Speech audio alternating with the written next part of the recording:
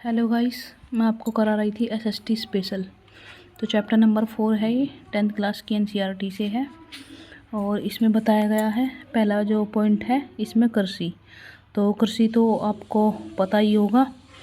कृषि क्या है कि जो भी हम ज़मीन में बोते हैं, गन्ना, गेहूँ, धान वगैरह, जो भी मतलब जोतने योग्य भूमि होती है, उस पर हम जो फसल उगाते हैं और उसको पशु भी खाते हैं, हम भी उसी चीज़ के ऊपर डिपेंड है। तो कृषि जहाँ पर भी की जाती है। और यहाँ पर आ गए कृषि के प्रकार। तो प्रारंभ में क्या है कि जीविका निर्वाह करने के लिए, जीविका निर्वाह मतलब जो भी मतलब अपना हम भरण पोषण करने के लिए करते हैं, जैसे गेहूँ हो गया, अनाज, दालें वगैरह, वो सब आ जाती है। फिर आ जाती है गहन कृषि।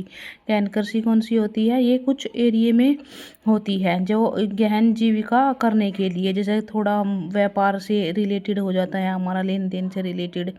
गन्ना वगैरह हो गया, गन्ने वगैरह में चीनी, शुगर प्राप्त करते हैं, तो इस तरह से हो जाती है। फिर वाणिज्य, वाणिज्य में ये टोटल व्यापार से होती है। फिर आ जाती है झूम खेती। झूम खेती क्या आती है कि ये हो जाती है जो जैसे कि कुछ ज़मीन होती है ना, कुछ ज़मीन ऊपर नीचे होती है, जैसे कि ये हो जाते हैं चाय के बागान, चाय के बागान के लिए, कॉफ़ी के लिए सीढ़ी नुमा जो खेती होती है।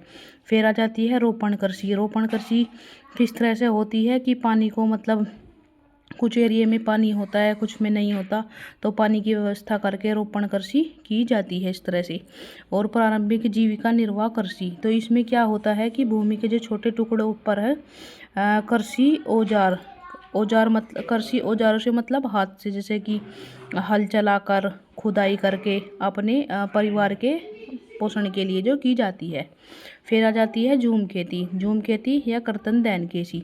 तो इस प्रकार की खेती को क्या कहते हैं कि ज़मीन के टुकड़े साफ करके उन पर अपने परिवार के भरण पोषण के लिए अनाज व अन्य खाद्य फसलें मतलब जो मतलब दालें वगैरह, दालें हो गई, चने हो गए, और जो भी बाजरा हो गया, ये सब, गेहूँ और चावल, इस तरह से सब।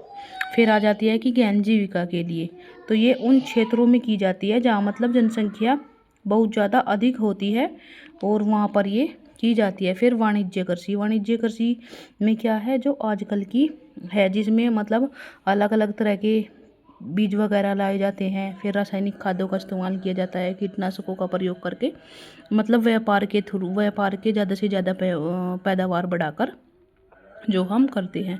फिर आ जाती है रोपण कृषि। तो रोपण कृषि क्या है कि ये मतलब जो है एक वाणिज्य की तरह ही प्रकार है, और इसमें मतलब बहुत ज़्यादा लंबे चौड़े मतलब खेत होते हैं, लंबे चौड़े, जैसे कि हम 1 बीघा नहीं, एक एकड़ में, एकड़ के हिसाब से होती है, और एकड़ के हिसाब से इसमें हम बोते हैं, बहुत ज़्यादा फसल बोकर उसको हम प्राप्त करते हैं। फिर कृषि का महत्व तो क्या है कि हमारी जो 70% जनसंख्या है वह कृषि पर ही निर्भर है, अपने मतलब चलाने के लिए, अपने पेट के पालन पोषण के लिए। फिर है शस्य प्रारूप। तो 3 प्रकार की ऋतुएं जो है हमारे यहाँ पर भारत देश में है, रबी की, खरीफ की और जायद की। रबी की फसल कौन सी होती है? जो हम गर्मी में काटते हैं, सर्दियों में बोई जाती है और गर्मियों में काट लेते हैं। खरीफ की क्या है? ये सर्दियों में। रबी की क्या है? इनको हम गर्मियों में काटते हैं और सर्दियों में बोते हैं। खरीफ की क्या है? इनको हम सर्दियों में जो है काटते हैं और गर्मियों में बोते हैं। जायद, जायद फसल कौन सी होती है? ये दोनों मिक्स मैच होती है, मतलब थोड़ा गर्मी भी और सर्दी भी, जैसे कि बाजरा वगैरह हो गई, बाजरा और ये दालें वगैरह हो गई। फिर रबी की फसलें। तो रबी की फसलें जो हैं ये अक्टूबर दिसंबर, वही सर्दियों में बोई जाती हैं, और ये अप्रैल जून तक काट ली जाती है, जैसे कि गेहूँ की, जौ, चने, मटर आदि की। फिर आ जाती है खरीफ की। तो खरीफ की फसलें कौन सी होती हैं? सितंबर अक्टूबर में बोई जाती हैं, और ये मतलब सितंबर अक्टूबर में बो के काट ली जाती है मतलब, और ये जुलाई और अगस्त में बोई जाती है, जुलाई अगस्त में बोई जाती है और सितंबर अक्टूबर में काट ली जाती है, जैसे कि चावल, मक्का, ज्वार, बाजरा, अरहर, मूंग। फिर आ जाती है जायद की फसलें। तो जायद की फसलें क्या होती हैं कि ये मतलब कुछ ही दोनों ही मौसम के लगभग बीच में बोई जाती हैं, जैसे कि तरबूज, खरबूजा, खीरे सब्जी। ये कब बोई जाती हैं? ये लगभग ऐसी बोई जाती हैं, फरवरी मार्च में बोई जाती हैं, और 2-3 महीने की ये फसल होती है। फिर मुख्य खाद्यान्न। मुख्य खाद्यान्न क्या है कि जो खाने योग्य जो है हम मेन खाने के यूज में हम यूज करते हैं। जैसे चावल हो गया, गेहूँ हो गया और मक्का हो गया। फिर मोटे अनाज क्या हो गए, जो मोटे अनाज होते हैं जैसे ज्वार, बाजरा और रागी, इनका मोटा दाना होता है तो मोटे अनाज के रूप में खाए जाते हैं। फिर दालें आ गई, ये दालें हो गई। फिर तिलहन में क्या आ गए, जिनका मतलब हम तेल निकाल के यूज करते हैं, जैसे मूंगफली, सरसों, नारियल, तिल, सोयाबीन, इनका हम तेल यूज करते हैं। फिर आ गई पेय फसलें कौन सी होती हैं, चाय और कॉफ़ी, जिनको हम मतलब पीने के तरह यूज हम करते हैं।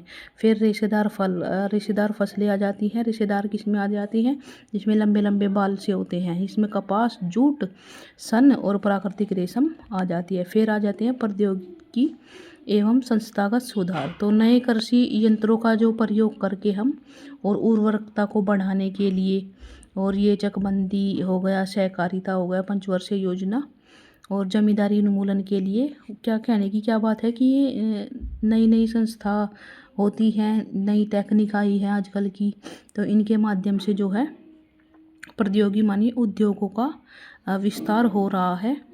जहाँ पर कोई फसल नहीं होती उससे दूसरे इलाके में जहाँ पर वह होती है वहाँ से मतलब ले ली जाती है। इस तरह से मतलब आयात और निर्यात होता है इस तरह से। सो गाइस, अगर आपको मेरा वीडियो बनाने का तरीका अच्छा लगता है तो आप कमेंट करके ज़रूर बताया करो। Thank you guys.